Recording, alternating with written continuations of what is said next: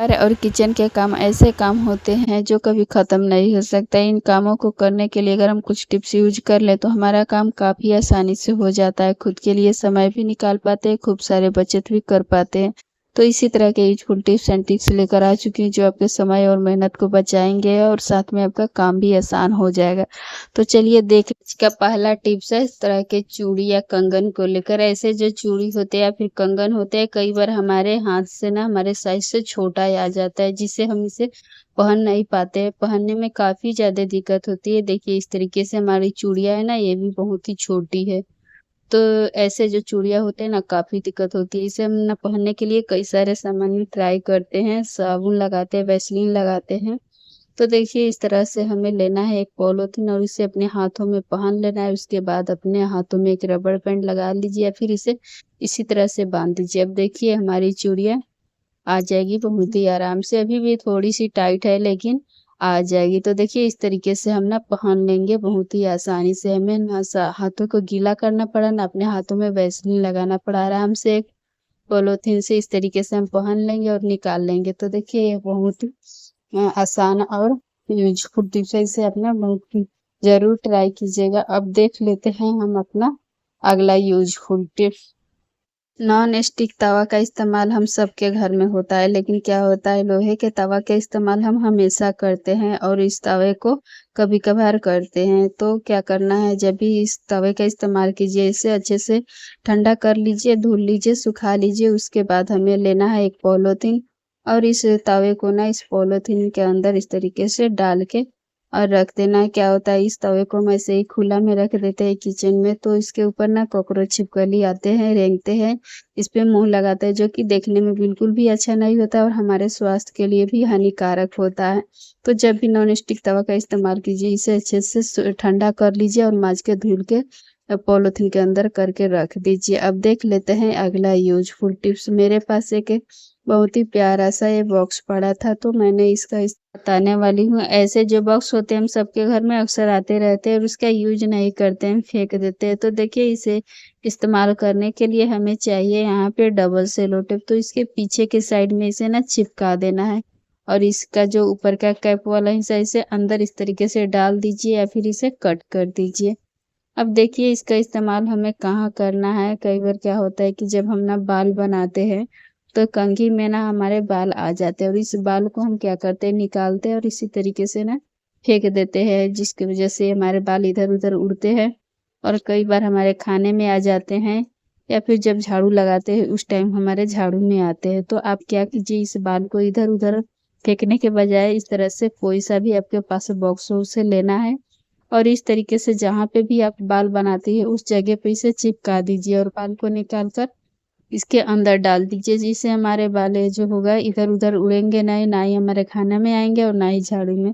एक जगह ना ये सेफ रहेगा। जब भी आपको टाइम मिले उस टाइम पे निकाल के और इसे पानी के अंदर डाल दीजिएगा तो ये बाल उड़ता नहीं है। अब देख लेते हैं अगला यूज़फुल टिप्स। हमारी अगली टिप्स है बच्चों से रिलेटिव।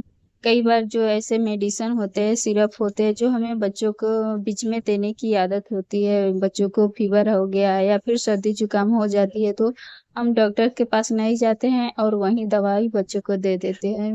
लेकिन दिक्कत क्या आती है इसका जो डेट होता है ना कुछ टाइम बाद मिटने लगता है और ऐसे दवाई ना हमें बच्चों को देने में काफ़ी डर लगता है। तो हमें क्या करना है अपने फ़ोन लेना है और फ़ोन में इसके डेट पे पिक्चर इस तरीके से क्लिक कर लेना है और ये हमारे गैलरी में सेव हो जाता है। जब भी आपको बच्चे को सिरप देना हो उस टाइम पे अपने फ़ोन की गैलरी चेक कर सकती है।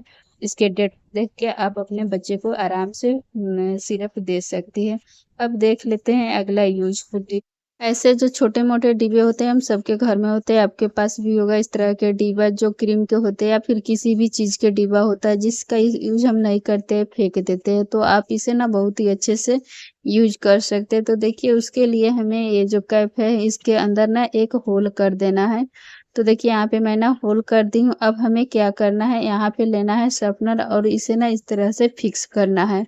तो इसे चिपकाने के लिए हमें यहाँ पे चाहिए फेविक्विक। देखिए इसका ना गम बहुत ही अच्छा होता है, कोई भी सामान इसे बहुत ही अच्छे से चिपक जाता है।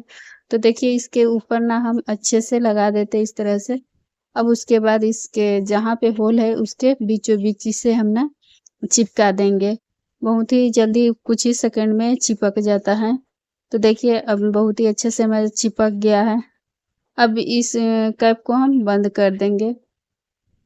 उसके बाद क्या होता है कि हमारे जो बच्चे होते हैं ना, पेंसिल के कचरा होता है इधर-उधर फेंक देते हैं, हमारा घर भी गंदा हो जाता है। तो हमें क्या करना है, इस तरह से बच्चों को दे देना है, जिससे हमारे बच्चे की एक हैबिट बनती है, कचरा इधर-उधर नहीं बिखना है। आराम से सारे कचरा ना इस बोतल के अंदर इकट्ठा रहता है। तो हमारा घर भी साफ रहता है। बहुत ही यूज़फुल टिप्स है, छोटा-सा है मगर बहुत ही काम का है। आप भी अपने बच्चे के लिए इस तरह से ना छोटे-मोटे डिब्बे को बना के रख सकती हैं, तो हमारे बच्चे के लिए बहुत ही अच्छा ऑर्गेनाइज़र बन के रेडी हो गया। अब देख लेते हैं अगला यूज़फुल टिप्स। जब भी हम लोग धूपबत्ती खरीदते हैं ना, तो इस तरह के प्लेट मिलता है। ऐसे कई सारे हम सभी के पास हो जाते हैं। जब भी धूपबत्ती लाते हैं तो उसमें हमें मिल जाता है। अब देखिए यहाँ पे हमें लेना है खाली पेन और इसके कैप को खोल लेना है। इस तरह से जो खाली पेन होता है बच्चे खत्म होने के बाद ना इसे हटा देते हैं, तो इसके खाली कैप को हमें ऊपर का कैप हमें चाहिए। अब देखिए इसे हमें चिपकाना है इसमें। तो इसे चिपकाने के लिए हमें फेविक्विक चाहिए और देखिए इसके कैप के ऊपर इस तरह से लगा देना है। उसके बाद ना बहुत ही आराम से चिपक जाता है। देखिए आप चाहे तो इस तरह के कैप ना 2-3 भी ले सकती है, इसके ऊपर ना चिपका दीजिए। तो ये हमारा एक अगरबत्ती होल्डर बन के तैयार हो जाता है। देखिए बहुत ही अच्छे से फिक्स हो गया है। इसमें आप ना इस तरह से अगरबत्ती को लगा के कहीं पे रख सकती है। तो ये बहुत ही सुंदर सा एक स्टैंड बन के रेडी हो गया। इस तरीके से इसके पास ना आप 2-3 अगर और भी कैप है उसको लगा दीजिएगा, तो इसपे कई सारे अगरबत्ती आ जाएँगे। तो इसे अपना बना के अपने पूजा घर के लिए रख सकती है। देख लेते हैं अगला यूज़फुल टिप्स।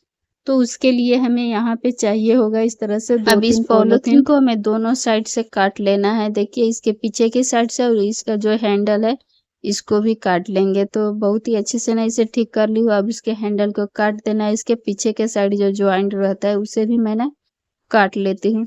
अब इस पॉलीथीन को सीधा कर देना है। उसके बाद इसमें से हम ना 3 पार्ट कट करेंगे। तो इसे के बीच में इस तरीके से चीर देना है। उसके बाद इसे मैं ना 3 पार्ट में डिवाइड कर लेती हूँ, ताकि ये जो मैं पॉलीथीन को कट करूँ तो एक साइज़ के निकल जाए। देखिए यहाँ पे इस तरीके से आपको भी मिला के और काट लेना है। आप अपने हिसाब से छोटे-बड़े पॉलीथीन काट सकती हैं। तो यहाँ पे मैं ना मीडियम साइज़ में कट कर ली हूँ इस तरीके से।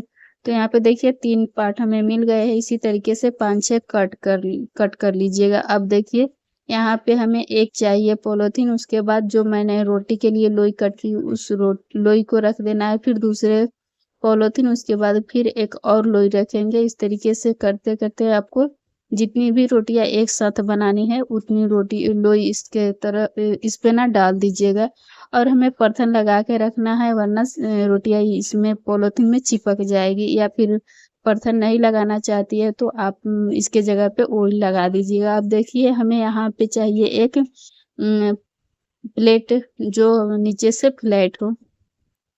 अब उसके बाद इसके ऊपर रख के और इस तरीके से हमें दबाना है। देखिए थोड़ा-सा प्रेस लगा के इस तरीके से दबाते जाइएगा। हमारी रोटियाँ बहुत ही सुंदर ना गोल-गोल बन जाती है।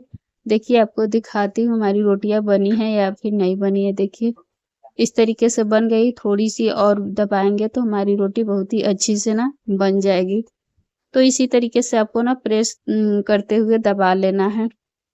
अब देखिए हमारी रोटी कितनी सुंदर इस तरीके से बन गई है। एक साथ में कई रोटियाँ हमारी बन जाती हैं। ऐसे जो बैचलर लोग होते हैं जिनके पास चकला बेलन नहीं होती है या फिर जो बिगिनर होते हैं उनको रोटी बनाने नहीं आती है गोल-गोल, या फिर जिनको आती भी है और जल्दी-जल्दी उनको रोटी निकालना होता है, तो उन सभी के लिए ना ये बहुत ही अच्छा-सा टिप्स है।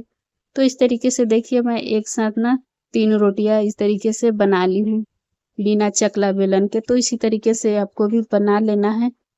ये बहुत ही अच्छा-सा टिप्स है। अब इन रोटियों को आपको मैं पका के दिखाऊँगी हमारी रोटियाँ फूलती है कि नहीं।